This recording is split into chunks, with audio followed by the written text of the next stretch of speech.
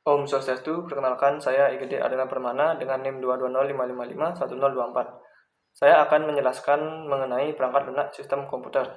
Perangkat lunak merupakan suatu perangkat yang tidak memiliki bentuk fisik dan berada di dalam hardware.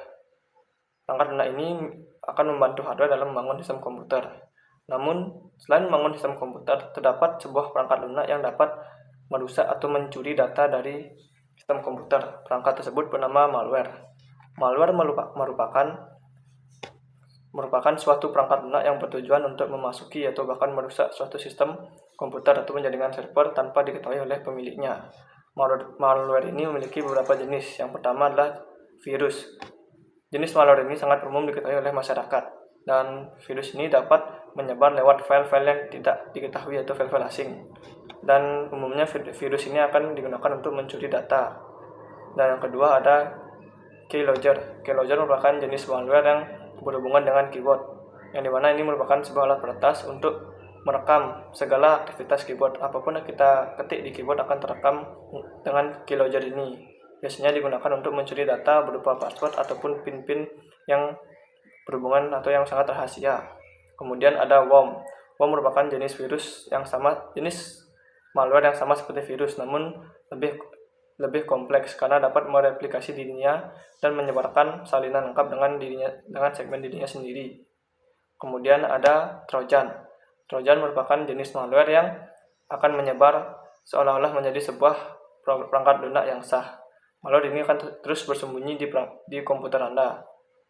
Dan malware Trojan ini dapat aktif di saat komputer sedang mengunduh sebuah software yang sebelumnya diserang oleh Trojan. Kemudian ada ransomware. Ransomware ini merupakan malware yang bekerja dengan metode enkripsi. Ransomware ini akan mengunci komputer milik korban, dan untuk membukanya perlu sebuah enkripsi, dan biasanya pelaku akan meminta tebusan untuk membuka malware ini. Kemudian ada bot atau botnet. Botnet atau yang dikenal dengan robot network adalah jenis malware yang berupa sekumpulan jaringan komputer yang sudah terinfeksi virus atau terinfeksi oleh malware yang dikendalikan oleh pihak-pihak tertentu dengan jarak yang jauh. Peretas ini akan mengumpulkan bot sebanyak-banyaknya sehingga membangun sebuah jaringan bot yang dikendalikan oleh bot master. Kemudian ada logic bomb. Logic bomb adalah sebuah malware yang sama halnya seperti sebuah bom yang akan aktif ketika kondisi-kondisi tertentu terpenuhi, dan saat meledak semua file akan terhapus dengan komputer dan menyebabkan mesin terhenti sehingga komputer akan rusak.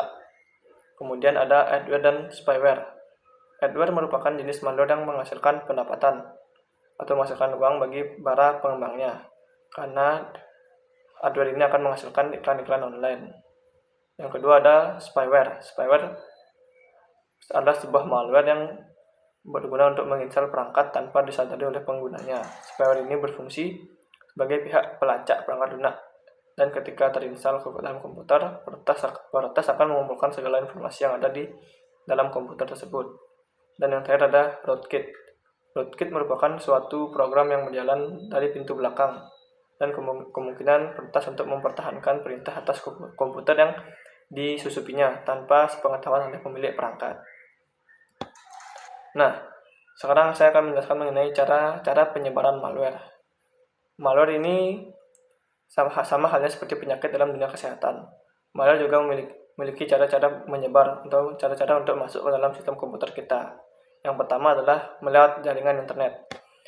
Nah, di dalam jaringan internet sana terdapat banyak malware yang siap menyusup ke dalam komputer dan merusak sistem komputer kita.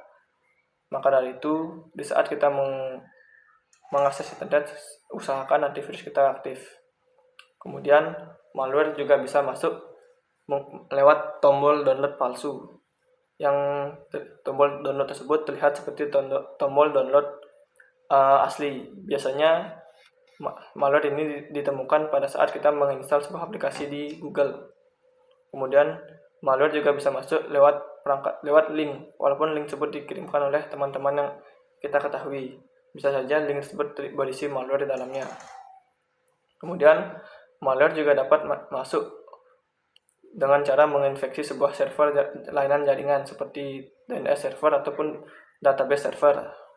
Nah, setelah masuk ke dalam komputer, terdapat beberapa ciri-ciri perangkat yang terinfeksi malware. Namun ciri-ciri tersebut saya akan bedakan menjadi dua, yakni ciri-ciri komputer atau laptop yang terinfeksi malware serta ciri-ciri smartphone yang terinfeksi malware. Nah, jika sebuah perangkat komputer atau laptop yang terinfeksi malware, biasanya perangkat tersebut akan mengalami penurunan performa yang dari lancar sampai dengan macet. Kemudian ciri yang kedua adalah banyaknya muncul iklan-iklan yang tak terduga atau iklan-iklan yang negatif lah.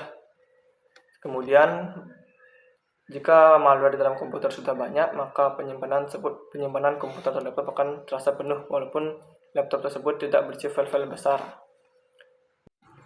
Nah, kemudian jika tiba-tiba terdapat muncul email yang tidak diketahui alamat maksudnya, lebih baik email tersebut dihapus karena kemungkinan itu berisi malware.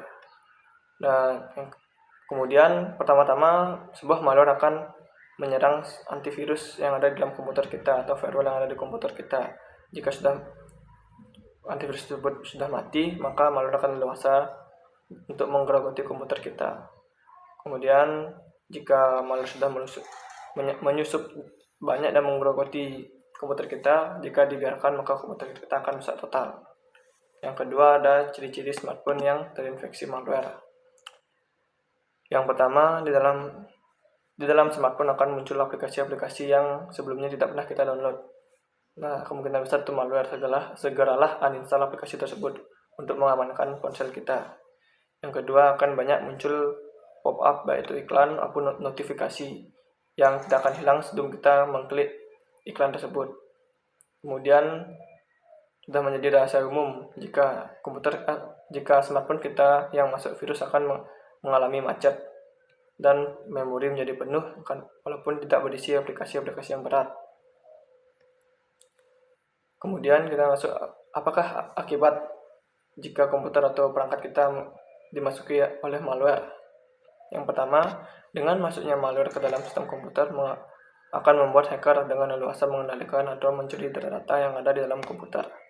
Kemudian, malware juga bisa mengakibatkan search engine kita tidak muncul pada halaman browser, karena search engine dapat memberikan peringatan ke pengguna tentang website-website yang sudah terinfeksi oleh malware.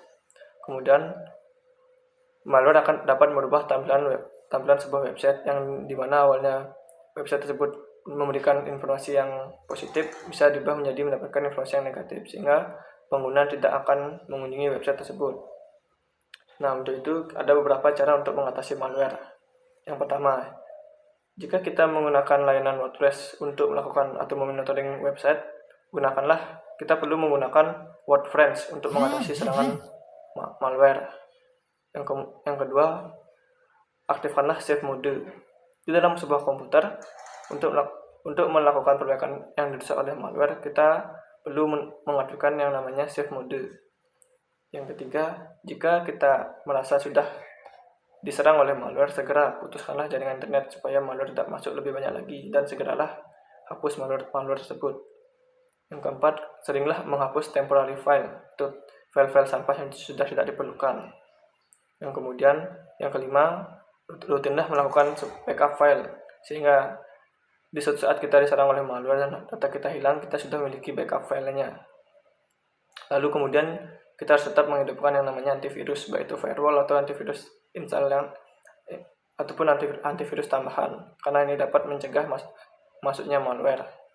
Kemudian lakukan scan perangkat. Kita perlu melakukan sebuah scanning untuk mendeteksi keberadaan malware di perangkat kita.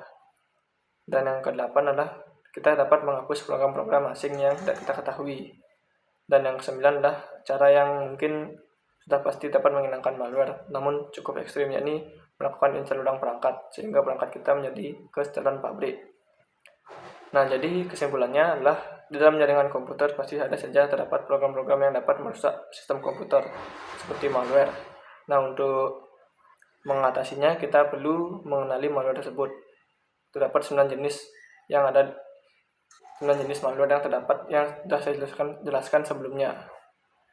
Nah, untuk mengatasinya kita perlu menerapkan hal-hal yang sudah saya sebutkan tadi. Sekian dari saya tutup dengan padamu Santi. Om Santi Santi Santi.